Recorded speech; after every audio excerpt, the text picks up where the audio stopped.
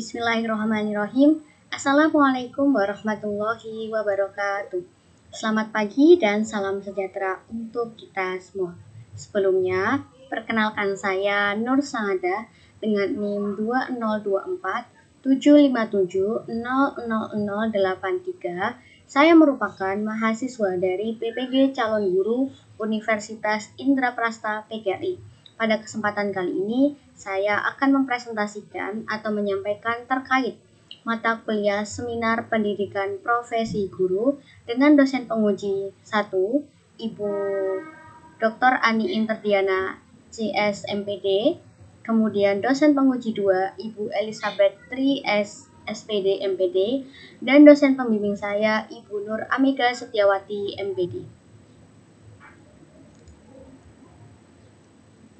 Yang pertama adalah identifikasi diri.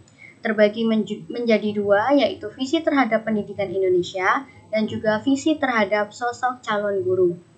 Visi terhadap pendidikan Indonesia adalah membentuk generasi yang cerdas, di mana C-nya adalah cakupan inklusif, kemudian E-nya adalah edukasi yang bermutu, kemudian R-nya adalah rasa berkeadilan, D-nya adalah digitalisasi teknologi, A-nya adalah akhlak dan karakter kebangsaan, dan C dan S-nya adalah soft skill yang relevan. Sehingga apabila digabungkan, visi terhadap pendidikan Indonesia adalah mewujudkan pendidikan nasional yang inklusif, bermutu, dan berkeadilan melalui internalisasi nilai-nilai karakter kebangsaan, optimalisasi pemanfaatan TIK, serta pengembangan kompetensi relevan guna memperkuat daya saing bangsa dalam konteks global.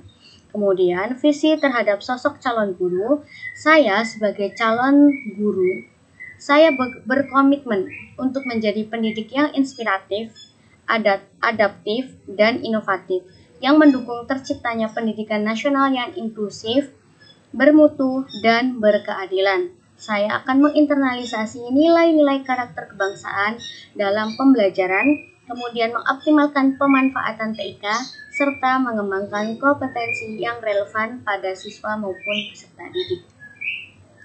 Kemudian, misi saya adalah langkah-langkah yang diambil untuk mewujudkan visi yang sebelumnya. Yang pertama adalah professional competence, di mana saya akan senantiasa meningkatkan kompetensi profesional. Salah satunya yang sedang saya ikuti adalah PPG, kemudian ada pelatihan guru dan juga pengembangan metode pembelajaran berbasis teknologi. Yang kedua, saya akan menerapkan teknologi based learning and gamification, di mana dalam proses pembelajaran nantinya saya akan melakukan inovasi, yaitu diantaranya gamifikasi dan e-learning, sehingga pembelajaran menjadi lebih menarik. Kemudian yang ketiga adalah difference instruction atau pembelajaran berdiferensiasi sesuai dengan kebutuhan siswa untuk mencapai tujuan atau visi pendekatan yang inklusif. Kemudian adalah educational community, di mana saya akan aktif dalam komunitas pendidikan maupun relawan.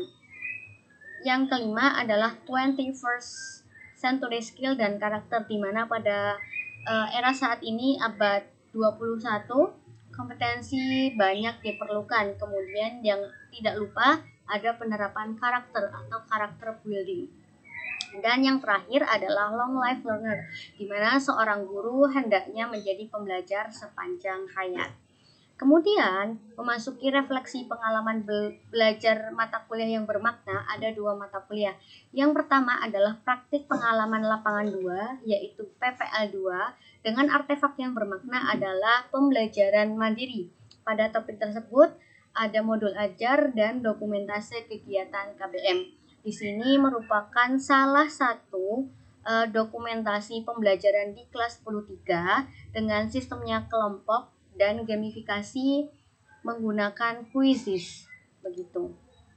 Kemudian alasan saya memilih mata kuliah tersebut, yang pertama adalah kesempatan mengajar secara mandiri, kemudian saya bisa menerapkan ilmu yang sudah saya dapat, kemudian ada peluang untuk mengembangkan inovasi, adanya peningkatan kemampuan manajerial kelas, menyesuaikan pembelajaran dengan karakteristik siswa, kemudian persiapan diri untuk menjadi guru yang profesional, serta pengalaman berinteraksi dengan komunitas sekolah, di mana saya PPL di SMA Negeri 38 Jakarta yang beralamat atau yang berlokasi di Jakarta Selatan. Di sana saya banyak mendapatkan pengalaman baik dari siswa secara langsung, guru pamong maupun interaksi dengan guru lain serta kegiatan non mengajar. Untuk lebih lengkapnya, artefak pembelajaran dapat diakses pada barcode berikut ini. Di sana terdapat dokumentasi KPM dan juga modul ajar yang telah dibuat. Selanjutnya, refleksi pengalaman belajar mata kuliah yang bermakna yang kedua adalah prinsip pengajaran dan asesmen umum yang kedua, di mana artefak pembelajaran yang bermakna adalah modul ajar dan juga dokumentasi implementasi pembelajaran berupa video. Berikut ini merupakan salah satu dokumentasi dari modul ajar yang telah saya buat. Dengan topik atau babnya adalah elastisitas permintaan dan juga penawaran dengan durasinya adalah 2 JP dikalikan 40 menit. Adapun alasan saya memilih mata kuliah prinsip pengajaran dan asesmen yang kedua, yang pertama, asesmen ini menjadi dasar saya untuk memahami kebutuhan dan kemampuan siswa. Selanjutnya menjadi alat evaluasi efektivitas pembelajaran. Apakah hasilnya memberikan yang efektif maupun bisa juga menjadi bahan refleksi. Selain itu mendukung pembelajaran berdiferensiasi. Nah, kenapa saya memilih mata kuliah ini? Karena pada saat S1, pada saat itu adalah masa pandemi COVID-19, saya mengikuti kegiatan PPL itu bukan di ranah atau jenjang yang seharusnya saya ajar. Kemudian saya mengajarnya adalah di tingkat sekolah dasar, di mana saya implementasinya yaitu di mata pelajaran ekonomi, tepatnya adalah di SMA. Kemudian karena pada kesempatan itu di kampus mengajar saya tidak berkesempatan lebih banyak untuk membentuk RPP maupun modul ajar, sehingga saya kekurangan terkait inspirasi maupun referensi untuk membentuk modul ajar tersebut. Sedangkan di kuliah PPG saat ini saya mendapatkan mata kuliah prinsip pengajaran dan asesmen, sehingga hal tersebut menjadi modal atau dasar saya untuk kegiatan administrasi guru maupun kegiatan pembelajaran. Sedangkan untuk artefak pembelajaran secara lebih lengkap dapat diakses pada barcode berikut ini. Untuk selanjutnya terdapat refleksi pengalaman belajar selama mengikuti program PPG, di mana secara keseluruhan saya menyadari beberapa hal yang hendaknya diterapkan di pendidikan di Indonesia. Pertama, pendidikan harus menjadi sistem yang inklusif, bermutu, dan berkeadilan, serta mampu menjawab tantangan zaman melalui internalisasi nilai-nilai karakter kebangsaan. Hendaknya pendidikan juga perlu mengoptimalkan penerapan TIK, serta mengembangkan kompetensi pendidik yang relevan. Selain itu, pendidikan juga tidak boleh bersifat seragam, artinya semua disamaratakan. Sedangkan setiap anak memiliki potensi, bakat, dan minat serta karakter yang sangat unik. Selanjutnya, saya menyadari bahwa untuk menjadi seorang guru profesional, saya harus menjadi seorang lifelong learning berkomitmen untuk belajar sepanjang hayat, serta bersikap adaptif atau mampu menyesuaikan terhadap perkembangan zaman. Selanjutnya, saya juga harus mampu menciptakan suasana pembelajaran yang inspiratif, bermakna, dan berpusat pada siswa atau student center.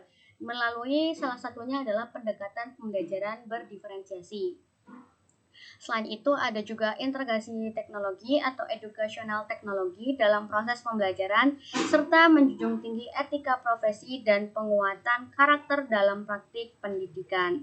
Selanjutnya, rencana tindak lanjut saya 3 hal penting yang akan saya mulai untuk memulai karir saya sebagai seorang guru, meneguhkan kembali jati diri saya sebagai guru yang profesional, kemudian mengimplementasikan pembelajaran kreatif dan responsif, serta menjalin kolaborasi yang konstruktif dan sportif.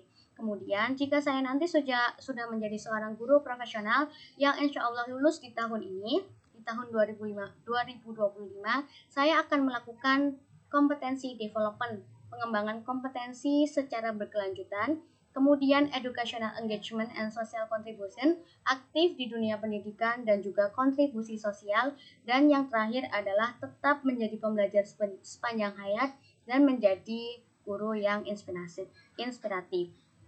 Kemudian desain pembelajaran saya yaitu pertama ada modul ajar, seperti yang telah disebutkan tadi ada elastisitas permintaan dan penawaran, kemudian ada LKPD. LKPD di sini adalah LKPD TARL, kemudian ada bahan ajar berupa PPT, kemudian ada Mentimeter sebagai media untuk jajak pendapat para peserta didik maupun siswa, dan juga dijadikan sebagai refleksi di akhir pembelajaran. Kemudian ada quizzes dan juga salah satunya adalah praktik pembelajaran di pendekatan CRT atau Culturally Responsive Teaching pada mata kuliah Prinsip Pengajaran dan Asesmen 2. Sekian dan terima kasih. Saya izin mengutip salah satu kutipan favorit saya dari Kiai Haji Maimun Zubair yang berkaitan dengan profesi guru. Yang pertama, yang paling hebat dari seorang guru adalah mendidik, sedangkan rekreasi yang paling indah adalah pengajar. Sekian, wassalamualaikum warahmatullahi wabarakatuh.